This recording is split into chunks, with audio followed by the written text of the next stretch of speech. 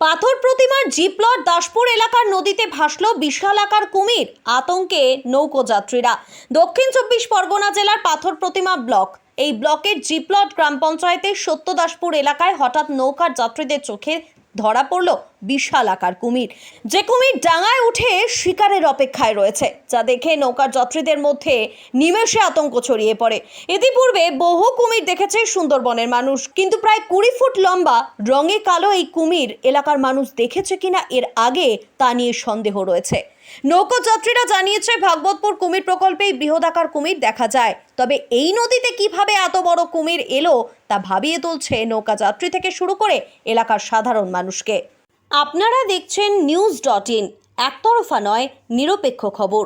Updated থাকতে subscribe করুন আমাদের চ্যানেল news.in আর বেল আইকনটি প্রেস করতে ভুলবেন না।